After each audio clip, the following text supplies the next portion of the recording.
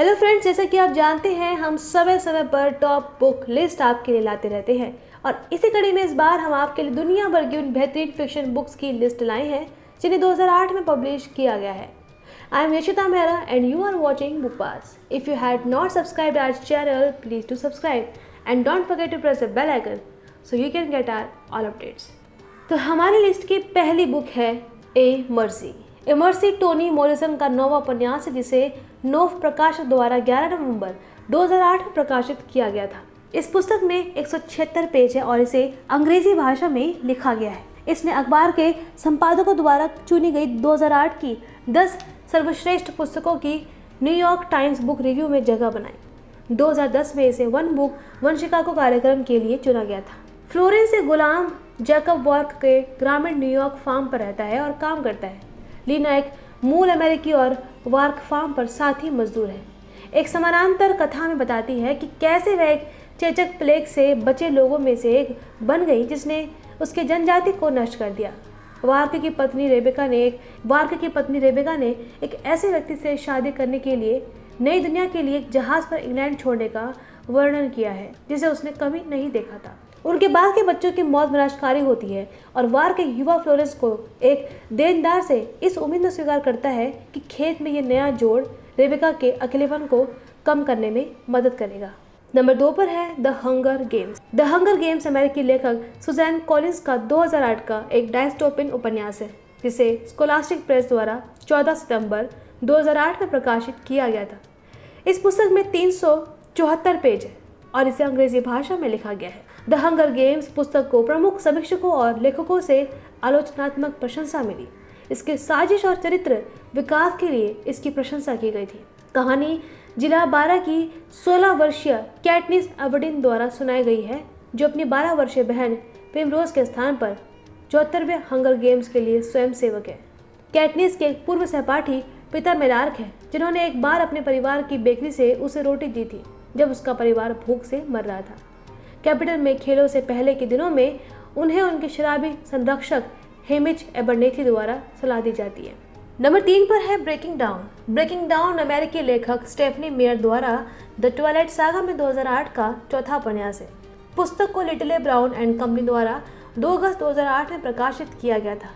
इस पुस्तक में 756 पेज है और इसे अंग्रेजी भाषा में लिखा गया है।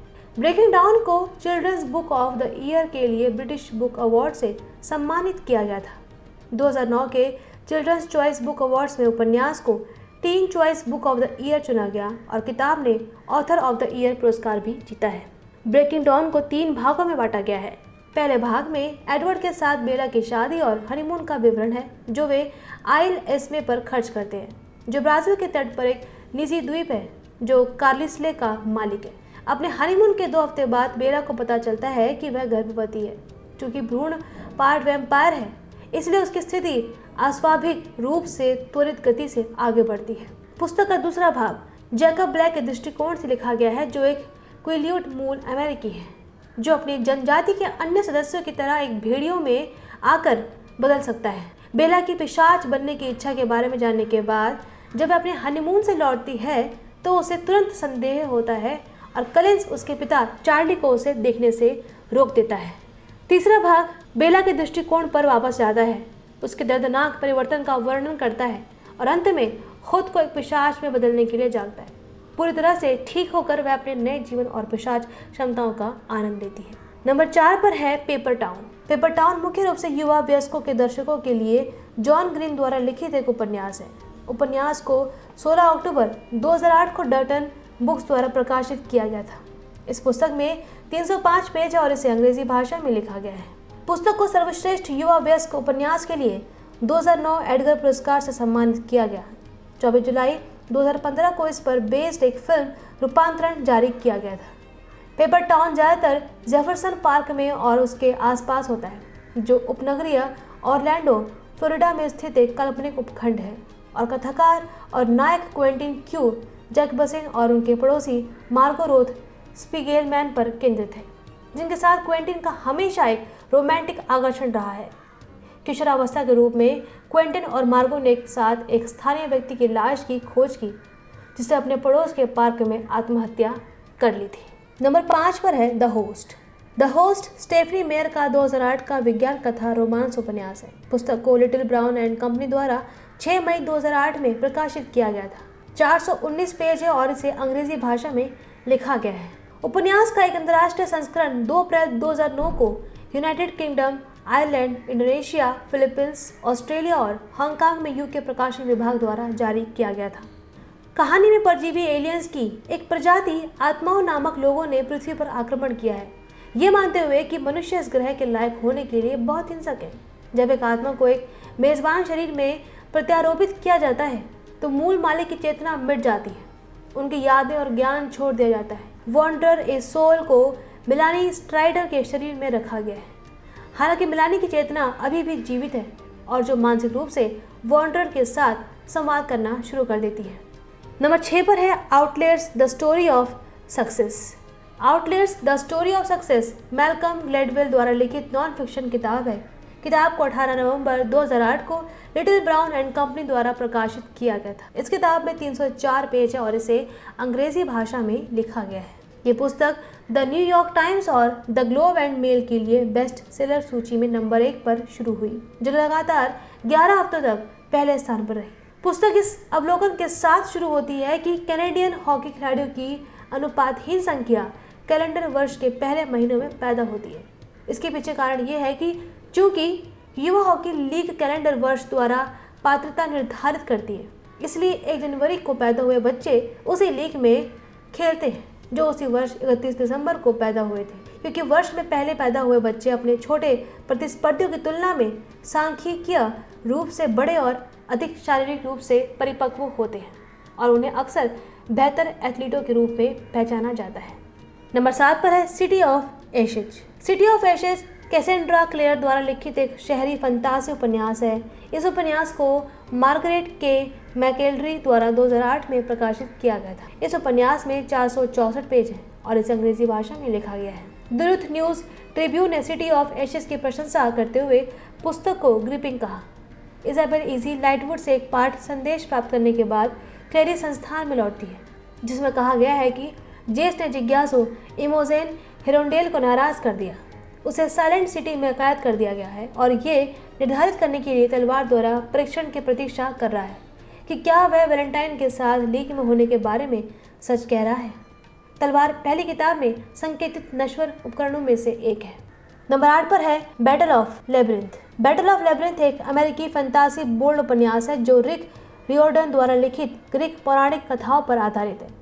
उपन्यास को पहली बार संयुक्त राज्य अमेरिका में 6 मई 2008 को हाइपरियन बुक्स फॉर चिल्ड्रन द्वारा प्रकाशित किया गया था। इस उपन्यास में 361 पेज हैं और इसे अंग्रेजी भाषा में लिखा गया है। पर्सी जैक्सन गुडे हाई स्कूल में फ्रेशमैन ओरिएंटेशन में भाग लेता है, जहां वह राहेल एलिजाबेथ डेयर को देखता है, जो एक नश्वर है जो धुंध के माध्यम से देख सकता है।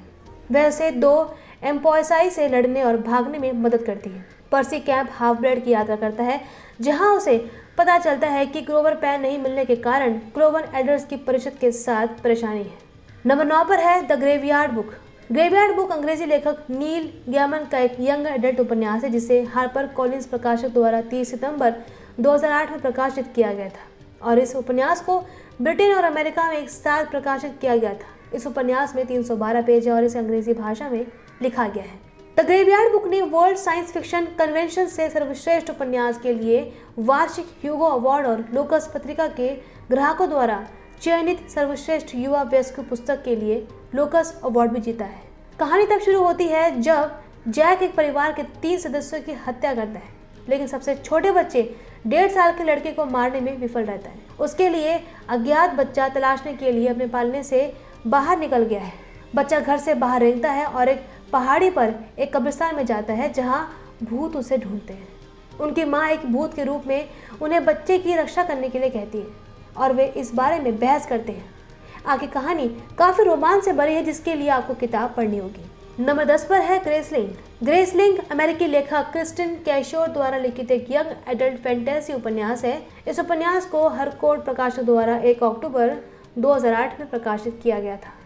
इस उपन्यास में 480 पेज हैं और इसे अंग्रेजी भाषा में लिखा गया है। इस पुस्तक ने 2008 के लिए publishers weekly best books of the year में स्थान अर्जित किया और आमतौर पर अनुकूल समीक्षा प्राप्त की। ग्रेसलिंग एक ऐसी दुनिया में होती है जिसमें विशेष शक्तियों वाले लोगों को ग्रेसलिंग के रूप में जाना जाता है। एक ग्रेसलिंग की पहचान तब की जाती है जब उनकी आंखें 2 अलग अलग रंग की हो जाती हैं।